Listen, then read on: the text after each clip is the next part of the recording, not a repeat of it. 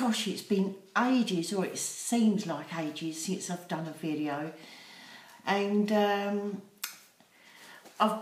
just so happy that I'm back, because I feel like I've been off this planet for blooming ever because of packing and doing all sorts in the hopes of moving soon. And anyway, I've got some just a couple of sewing projects to show you, because as I was packing them away today, I thought, oh, I'll quickly show you girls this before I get them packed, because once they're packed, just God knows when they'll be unpacked again. So yeah, I'll show you what I've been doing in the past. Well, in the past, I had a phase, is more the point. I had a long phase of just sewing.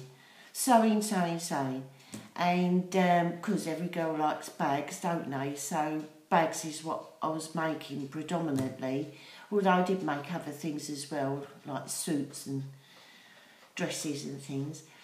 But this particular bag I'm about to show you is one I made purely for all my quilting rulers and my quilting cutting mat, because it was quite big and cumbersome when I travelled anywhere with it. So I thought I really need a huge bag to put all those cutters and rulers and my cutting mat all together in one bag. So that's what I did. I made this, and I kid you not, it is huge. But can you see? And it's got handles here, and I did this on the embroidery machine, and then I did a log cabin quilting all the way around it using, yes, dots again. Can't get away from dots. I've got some fabric in there at the minute. Yeah, can't remember what that's from, but hey ho. Yes, so a nice size bag to put all my quilty bits in, and as you can see, it's lined as well. And it's just plain on the back. And I've really enjoyed making it, and it took no time at all to make it as well.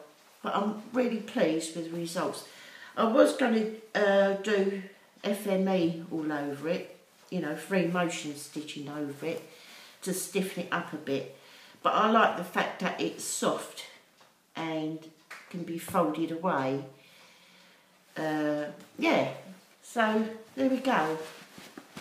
My bag, a cut above.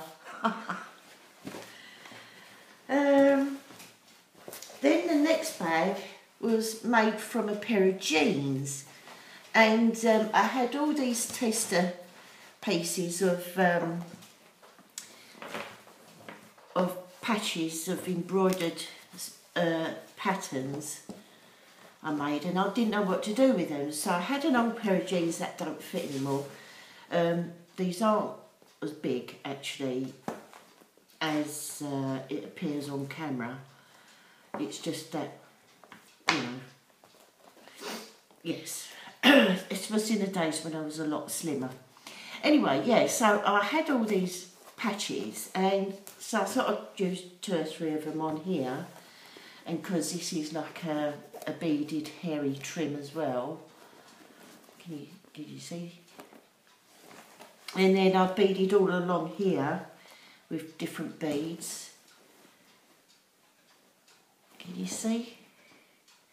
And then added a little dangly in the centre. And then I took it around to the front with patches, and I did some embroidered borders down there, and this is some Indian trim my sister gave me, so I sewed that on. sewed down the zipper and then hand sewed all those on as well, and then I lined it. I don't know where that fabric came from, but I didn't like it much, so I thought, heck, I'll use it as some lining. And then a beady dangly there. And because me and my sister have got a theme of hearts, I sewed a couple of those on. And there's another embroidered patch there as well. So yeah, and it's got handles. But that's a really handy bag, and surprisingly holds quite a lot as well. But it was great use of a pair of jeans that I didn't want to throw away, and I thought, blimey, I know I'll make a bag out of it, so that's what I did. Oh, and these are jean buttons from another pair of jeans, like the Fly, that had pink on the stab buttons. So I thought I'd use that as a trim, hence this thing. But yeah, good use of a pair of jeans, I think. Unfortunately, the pockets don't work now, but oh, and I used like a glitter. This is glitter glue. Can't really see it. I sort of did some dribbles, like a snail trail, really, just to fanny up my jeans a bit more. Yeah, so that's that. So I'm really pleased with how that came out.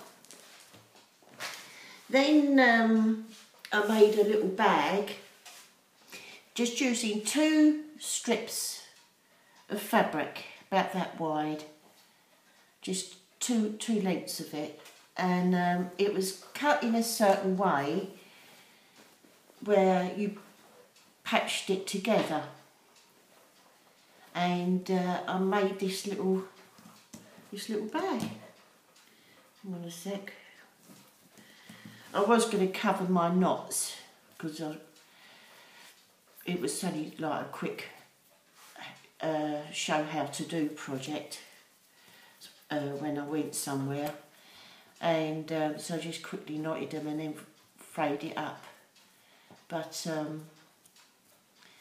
yeah, I did want to actually, I was going to sort of bead it over, make a feature of it, but I never got round to that. But on one of the strips, as you can see, I did an embroidered design on it from my machine. Yeah, but it's a real cute little bag, and it's surprising how much it holds as well. You know, it doesn't look it when you just look at the bag, but yeah, there we are. So that's another one. And then I've got 2 more bags to show you. I've made loads of others, but they've either been given away or sold or whatever. This one, this is, I can't remember, I think it, I know what this is. This is Angelina Fibres Fusible that you have for sewing. And it was trapped between a piece of fabric, I think it was Pelmic Filine, another piece of black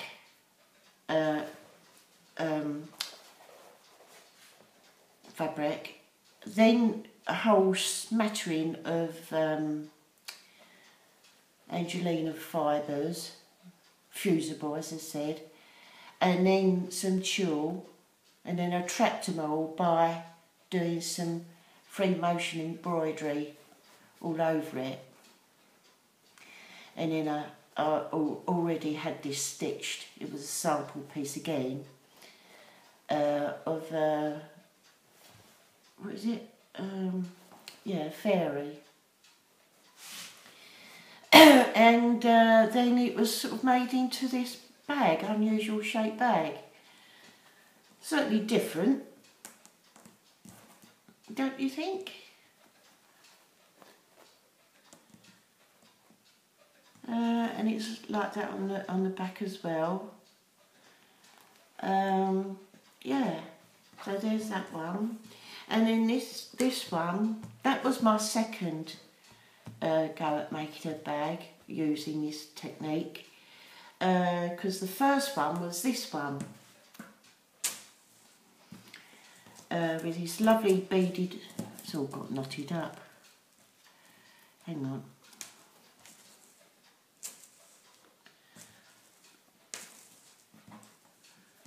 I wanted something that, I'm trying to show you some of the beads are showing up. See, that lovely beaded edge. And this is just like a crown shape, you know, 3 points down. And this was trapping the Angelina fibres, but also pieces of metallic fabric. And it was just all like patchwork together and then trapped underneath some tulle. I think I put 2 layers of tulle on there, but I really loved how it sparkled.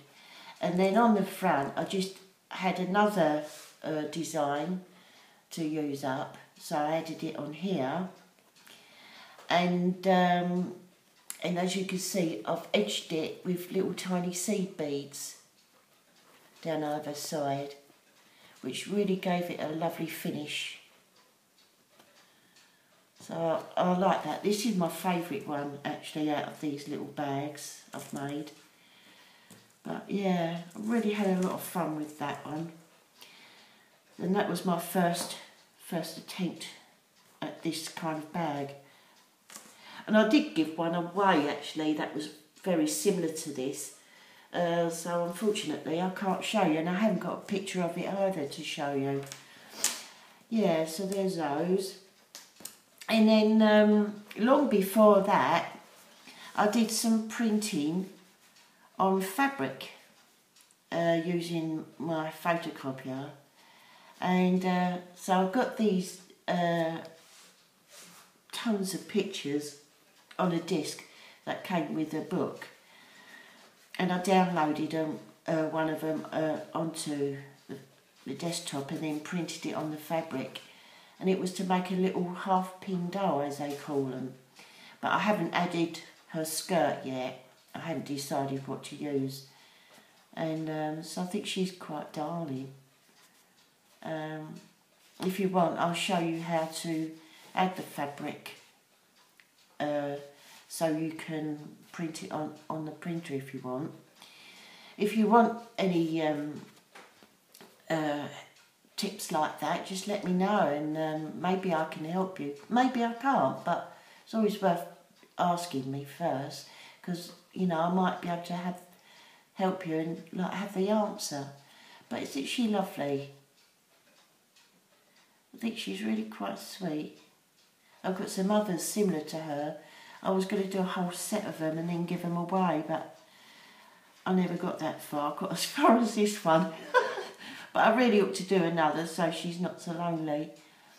So yeah, there we go. So that's just a brief look into my sewing world. And over here, I'll just whiz the camera around so you can see. I've got loads of little cut projects sorry, you don't really need to see that. My comb, my brush. Yeah, I've got hundreds and hundreds of little projects here that have been cut on my silhouette. and and most of them are like little boxes, and I love making boxes. And so when I've got them all made up, I'll show you those as well on another video. So meanwhile, I hope you enjoyed my video, short it is, and catch up with you again real soon. Cheerio, hope you enjoyed them. Bye bye.